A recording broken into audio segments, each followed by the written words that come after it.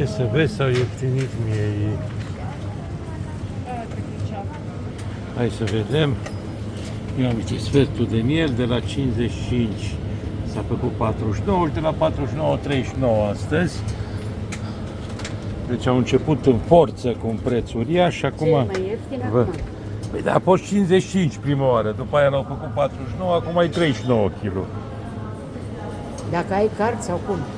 Nu, pur și simplu. Pur și simplu. Pur și simplu 39 de lei kilogram, uite, ăsta e 171. Tot e mult, jumate cap din el. Eu știu, dar să când expiră de celor ieftiniți, are termen, nu are. Uite, ăsta e 59, încă scrie pe el, da? 59, dar el e 39 redus. Vezi că prețul inițial a fost 59 de lei pe kilogram, vedeți?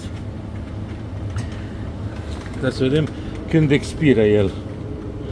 Expiră în 1/4, apoi mâine, păi de-aia l-au ieftinit. De la 55 așa a început, acum e 39. Au revenit la sentimente mai bune ca să nu-l arunce.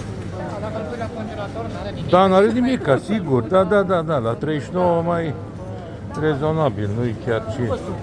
Nu mă supăr. Ăsta e 171. Nu scrie acolo pe undeva. 171 la 500, nu? Cum? Ăsta e 170 la 500 prețul. La ăsta tot. E la prețul de... Da, de 59, da, trebuie acum să fie mai ieftin, da. Da, deci, el a fost, că aici eticheta a rămas la... Trebuie să mergeți la un aparat din ăla de prețuri, să vedeți. Deci aici eticheta e, nu, e cu 59 încă. Deci, practic, cât e 171, o fi vreo 120 acum, cred. Da, unde să mă duc să-l verific? La un aparat din ăla de citit Că prețuri. nu știu unde e. Păi nu, la alt pune cap, nu era. Deci, practic, hai să vedem de la 185 cât ar